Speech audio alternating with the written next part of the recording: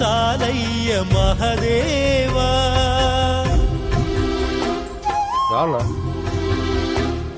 తానే నేస్తమై తోడై పెంచిన తల్లి కొడుకునోసారి కలిపేవా.